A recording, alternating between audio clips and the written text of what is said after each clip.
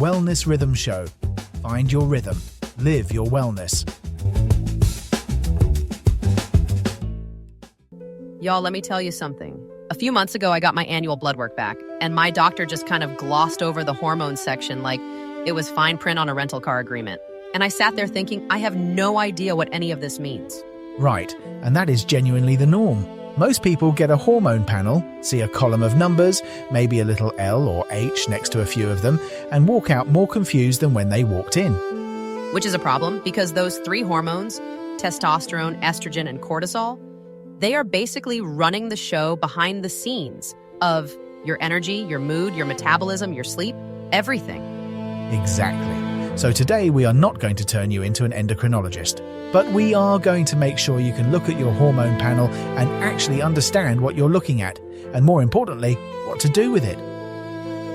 Okay, so let's start with the basics. When people hear hormone panel, they often just think, oh, that's a woman thing, or that's for bodybuilders. But that is so not the case. Not at all. These hormones are present and critical in all bodies, regardless of gender or age.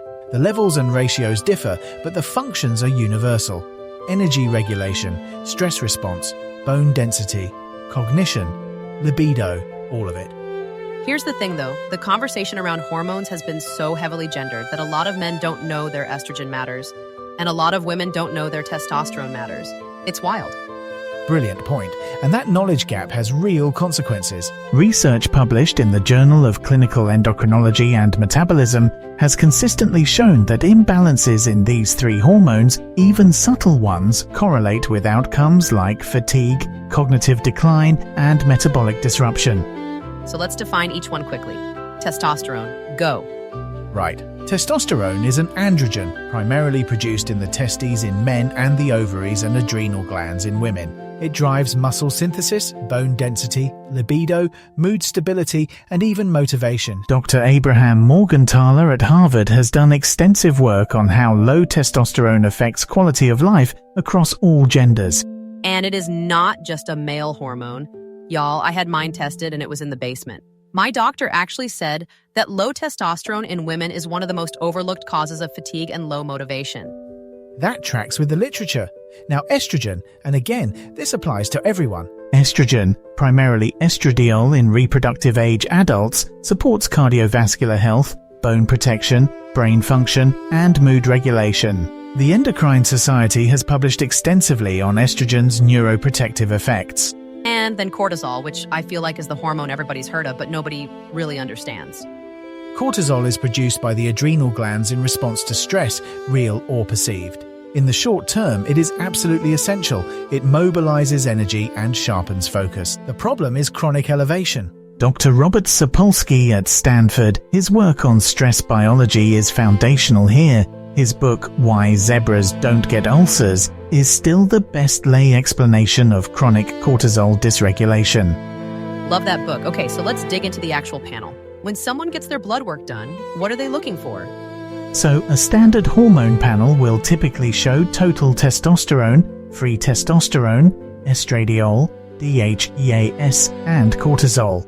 Sometimes with a morning draw specifically for cortisol because levels fluctuate significantly throughout the day. That timing thing is so important, and nobody tells you that. My first cortisol test was drawn at like 2 p.m. Completely useless data. Genuinely, cortisol follows a diurnal rhythm. It peaks within 30 to 45 minutes of waking, what researchers call the cortisol awakening response, and then declines through the day. The Cleveland Clinic recommends morning draws, ideally between 7 and 9 a.m., for accurate baseline readings. Okay, so now the numbers. What does the average person actually need to understand when they're looking at that panel? Right, so here's where it gets nuanced. Normal range is actually quite wide and varies by lab, by age, and by the individual. For men, total testosterone is typically listed as roughly 300 to 1,000 nanograms per deciliter, but a man at 310 might feel absolutely dreadful. Which is such a good point. You can be in range and still feel terrible. That's where free testosterone matters, right?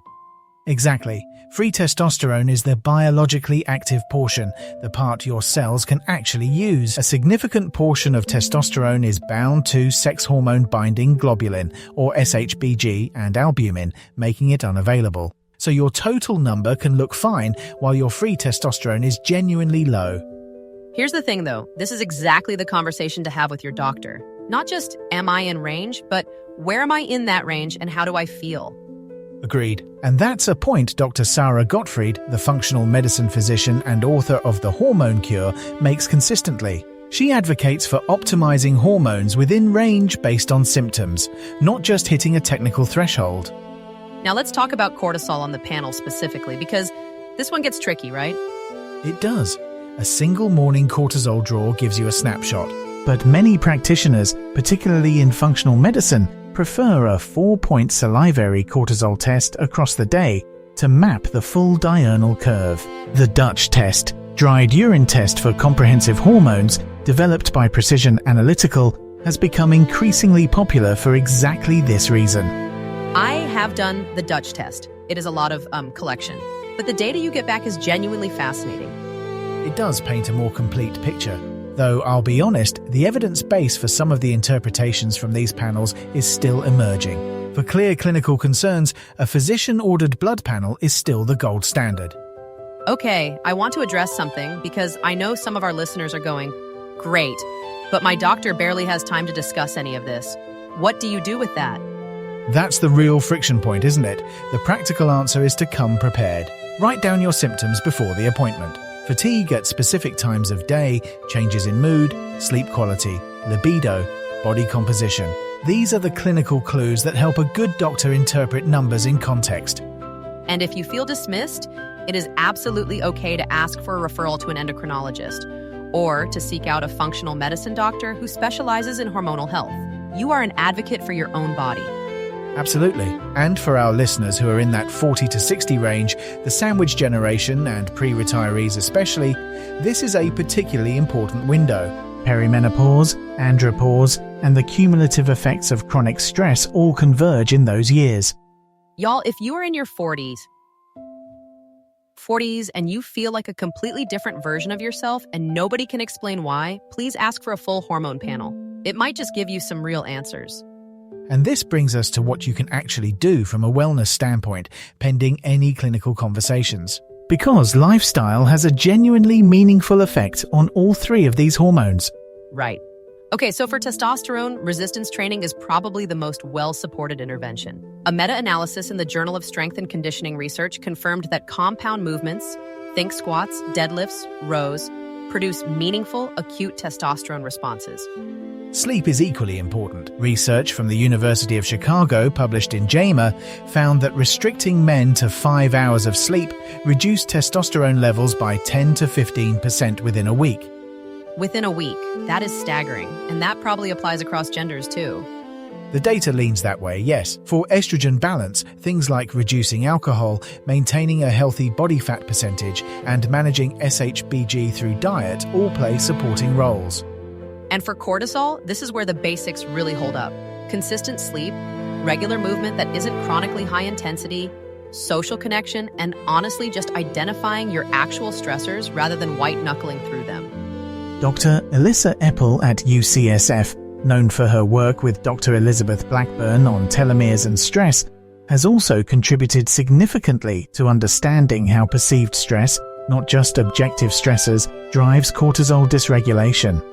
And hey, if this episode is giving you the push you needed to actually book that blood work appointment, we would love to know. Leave us a comment, and if you haven't already, please do give us a like and subscribe.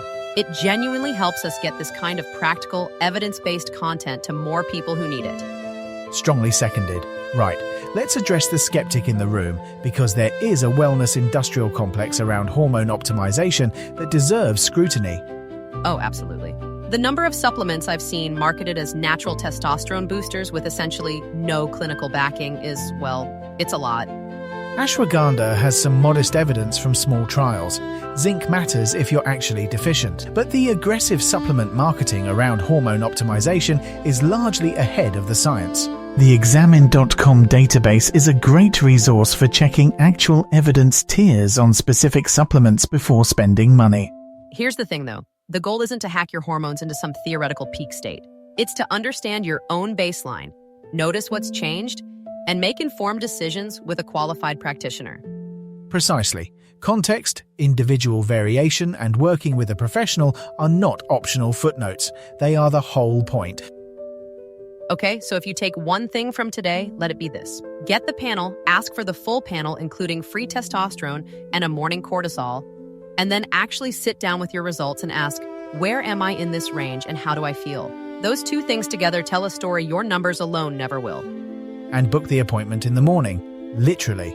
Cortisol and testosterone are both higher and more accurately measured early in the day. Small detail, genuinely meaningful data difference. Y'all, we appreciate you spending this time with us. Hormones can feel like this mysterious black box, but they really don't have to be. You deserve to understand what's going on inside your own body. Right. Know your numbers, question your ranges, and perhaps, most importantly, stop waiting to feel better before you investigate why you don't. That's the practical bit. This show is part of the VoxCrea.AI system. If you want a show like this for your organization without building it yourself, go to VoxCrea.AI and request a sample episode.